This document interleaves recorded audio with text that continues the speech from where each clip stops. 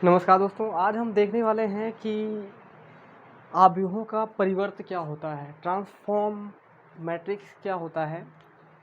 तो स्टार्ट करते हैं। स्टार्ट कहाँ से करना है? क्या होता है आव्यूह का परिवर्त ना? आव्यूह, सॉरी क्या लिख रहे हो यार? आव्यूह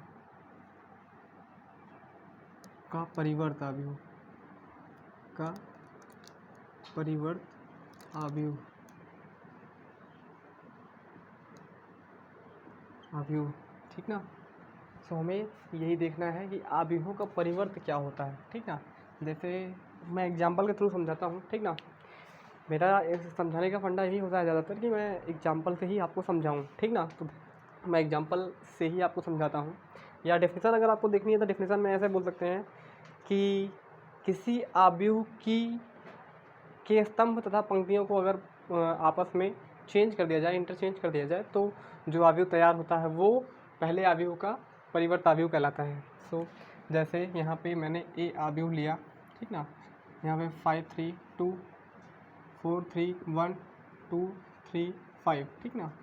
ये हो गया मेरा आव्यूह, ठीक। अगर मुझे इसका परिवर्त आव्यूह या ट्रांसफॉर्म मैट्रिक्स निकालना है तो मुझे क्या करना पड़ेगा? यहाँ पे ट्रांसफॉर्म के लिए मुझे ये दिखाना पड़ता है, ठीक ना। यहाँ पे डैश लगा दिया जाता है, ठीक ना। तो ए डैश मतलब परिवर्त आव्यूह, ए का परिवर्त आव्यूह, यहाँ पे ऐसा लिख सकते हो, ए का परिवर्त आव्यूह बराबर, ठीक। अब यहाँ पे इसको ट्रांसफॉर्म कर दीजिए। ट्रांसफॉर्म कैसे होने वाला है? देखिए, ये रो है, रो को कॉलम में लिखिए 5 4 2, ठीक। सेकेंड लाइन क्या है? सेकेंड रो है, उसको कॉलम लिखिए 3 3 3, ठीक। उसके बाद थर्ड लाइन को क्या करिए, फिर से कॉलम में लिखिए, तो 2 1 5। This is called transform matrix of A, okay. So यही होता है ट्रांसफॉर्म मैट्रिक्स ऑफ ए, ठीक। अब इसके बाद हम कुछ प्रॉपर्टीज़ देखने वाले हैं कि आव्यूह के परिवर्त की क्या प्रॉपर्टीज़ होती हैं, ठीक ना, या परिवर्त आव्यूह के गुण, ठीक। परिवर्त आव्यूह के गुण, ठीक। परिवर्त आव्यूह के गुण देखने हैं। तो यहाँ पे अगर मैं ऐसे बोलूँ ए डैश, ठीक ना, ए का मैंने ए डैश निकाला, फिर उसका डैश निकाल दिया, तो ये ए के बराबर हो जाएगा। पहली प्रॉपर्टी तो ये हो गई, ठीक ना। अगर मैं ऐसा बोलूँ ए प्लस बी, ठीक ना, का परिवर्त निकालूँ, ठीक। ए प्लस बी का मतलब दो आव्यूह दिए हों, उनको जोड़ दिया जाए, फिर उसका ट्रांसफॉर्म कर दिया जाए। ट्रांसफॉर्म कर देंगे तो वो किसके बराबर होगा? ए डैश प्लस बी डैश के बराबर होगा, ठीक ना। ये सेकंड प्रॉपर्टी हो गई। ये इसके सारे पे क्वेश्चन आने वाले हैं, ठीक ना। सो वॉच हियर, ठीक, ध्यान से, अटेंशन यहाँ पे होना चाहिए, ठीक। जैसे अब यहाँ पे अगर ए और बी का डैश किया जाए तो ये ए बी डैश ए होता है, ठीक ना। ये प्रॉपर्टीज, 3 प्रॉपर्टीज़ हो गई। एक प्रॉपर्टी और है, कौन सी प्रॉपर्टी है दूसरी? ए प्लस बी, हाँ, ठीक। यहाँ पे एक प्रॉपर्टी ये है, ठीक ना। ये तो प्रॉपर्टी नहीं है तो ये तो आप कॉमन ही समझ सकते हैं। फोर्थ में क्या करना है? जैसे के ए डैश था, ठीक, तो ये के ए का डैश आप लिख सकते हो। तो ये फर्स्ट प्रॉपर्टी में क्या था? हमने किसी ए आव्यूह था, उसका परिवर्त निकाला, फिर परिवर्त का परिवर्त जब निकाला तो ए मिल गया, ठीक ना।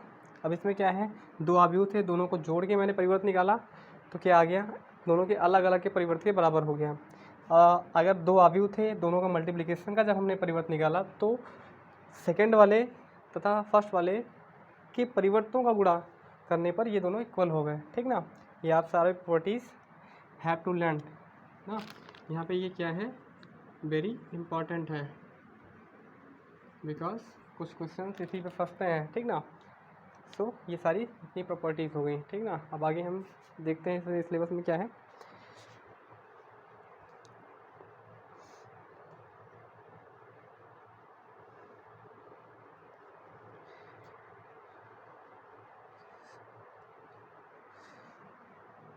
आगे है सममित आव्यूह, ठीक ना।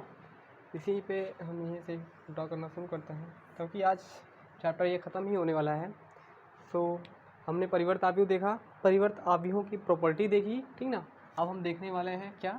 हम देखने वाले हैं क्या होता है सममित आव्यूह। असममित अवयव, ठीक ना, अवयव, ठीक। सममित या सिमेट्रिकल जैसे बोला जाता है।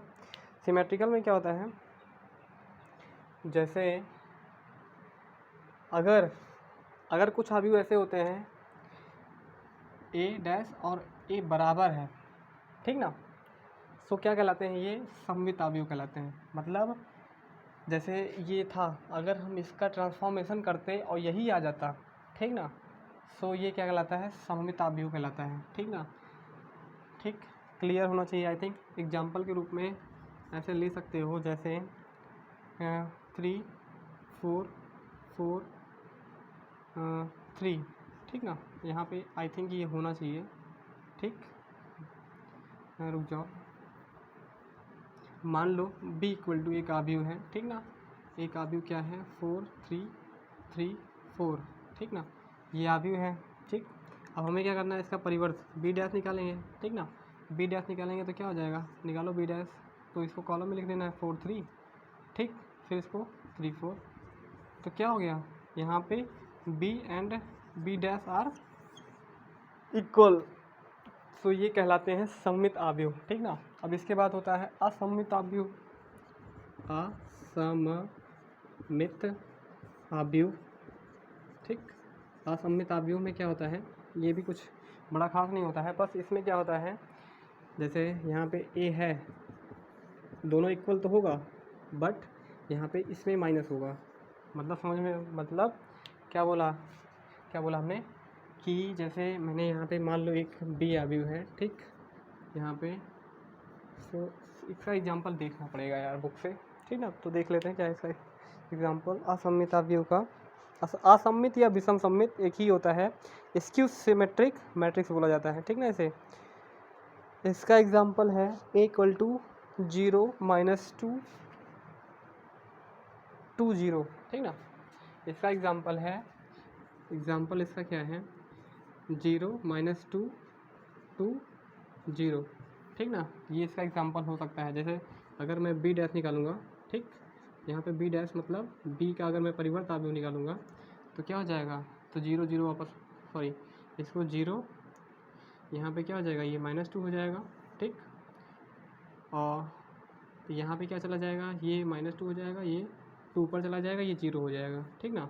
लेकिन अगर यहाँ यहीं पे हम माइनस लगा देते तो सब में माइनस हो जाता, ये माइनस हो जाता, ये प्लस हो जाता, ये माइनस हो जाता। अब देखो दोनों सेम है कि नहीं सेम है, दोनों सेम है, दोनों सेम ही है ना।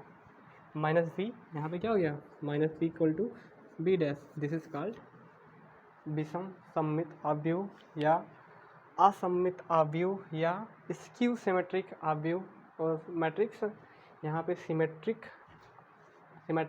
मैट्रिक्स, यहाँ पे इसका क्या ट्रांसफॉर्मेशन ऑफ मैट्रिक्स, यहाँ पे प्रॉपर्टी समझाएगी। तो फर्स्ट मैं शुरू कर देता हूँ।